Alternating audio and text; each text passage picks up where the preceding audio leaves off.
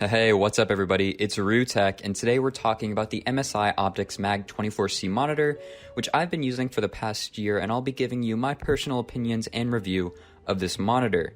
Now, before we get straight into it, I'd really appreciate it if you liked the video and subscribed, as it really helps out the channel, and I personally appreciate it a lot. So I'm going to put a like goal of 20 likes on this video. I'm not sure how long that'll take, because usually my videos that don't involve a computer don't get as many likes or views, but I want to do it anyway to put out some content for my good subscribers.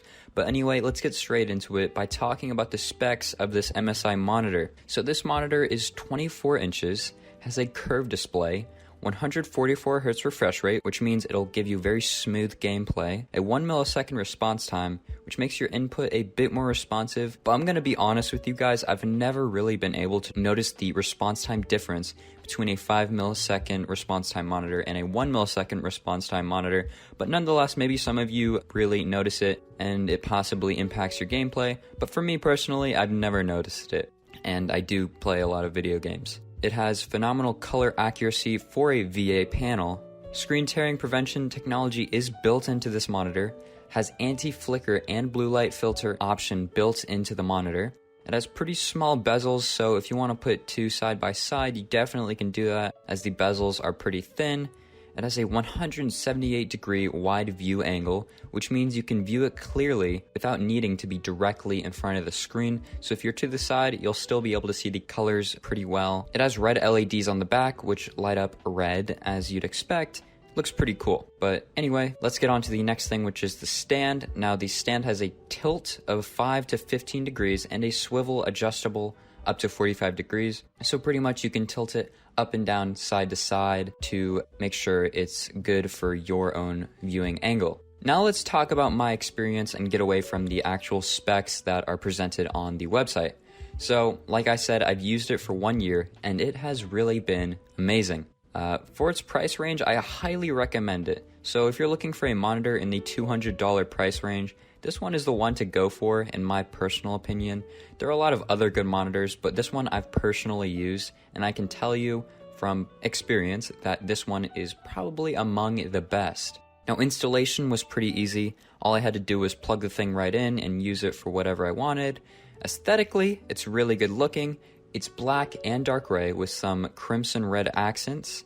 And if you have a red themed PC like I do, it'll fit perfectly sitting right next to your PC. So yeah, the red accents really actually stand out a lot, even though they're only on the stand and back. But it's something you really notice when you have a light on or something. Just a really cool design for this monitor. Now, this monitor has built-in software where you can activate a crosshair in the middle of the screen. I've never really found it useful at all, and it just obstructs too much of your view when playing, for example, a first-person shooter game, which is probably the only thing you'd use it for. But anyway, I wouldn't recommend it at all for competitive FPS games, simply because, like I said, it takes up too much of that middle portion of the screen and obstructs too much of the view. And here's what it looks like on your screen. So yeah, it doesn't work. And also, it doesn't have any anti-aliasing on it, or whatever you want to call it. It's like really pixely looking. I just don't like it. It doesn't work. But anyway, next thing is dead pixels. My monitor came with 0 dead pixels, flickering, ghosting, or screen tearing, which really tells how reliable and consistent this monitor is. And like I said, I've had it and used it for a good while now, so there's none of that bad glitchiness that comes with this monitor. And it's a curved display. Now, as you probably know, curved displays are really just gimmicks, and they don't present any advantage to viewing or gaming. And if anything, they make your monitor just look cool. Now, I've heard some people say that curved monitors make the pixels look quote-unquote stretched, which is total BS. Before I had this monitor, I had a flat IPS Dell monitor, and it's the same exact experience as sitting behind a curved monitor. There's no noticeable difference in the view unless you're to the immediate side of the monitor, which is pretty much where you can actually see the curve of the monitor. Now, the screen is fairly bright, but I wouldn't put this monitor in a super bright setting, like where there's a window behind you where the sun's peeking straight onto the display. But don't let that discourage you from getting it, because every single monitor is like that. Any display you're using is going to have its colors look a little wiped out if you have a sun shining directly onto it. It's still alright in a bright setting, you just won't be able to get the best experience. And like I said, it applies to every gaming monitor in this price range, and probably in higher price ranges, as it's a display and displays generally look better in darker settings. So yeah, my overall rating, if I were to say out of 10 for this monitor, is a 10 out of 10.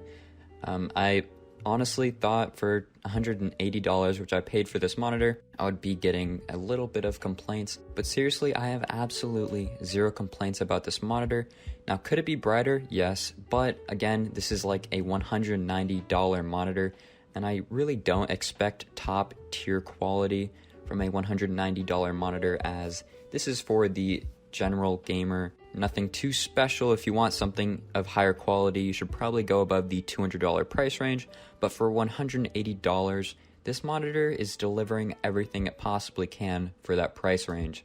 So yeah, that's going to do it for this review, guys. If you liked the review, drop a comment, let me know what you liked, and if there's something you didn't like and want to see more of, let me know in the comments, and I will try to get to you as soon as possible. Also, questions, drop them below. Just anything you want to mention, please.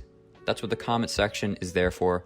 If you like the video, drop a like. It seriously helps out the channel, helps me grow, helps me make more videos, as well as subscribing. Subscribers truly inspire me to make more videos and reviews and whatever tech stuff you want to see.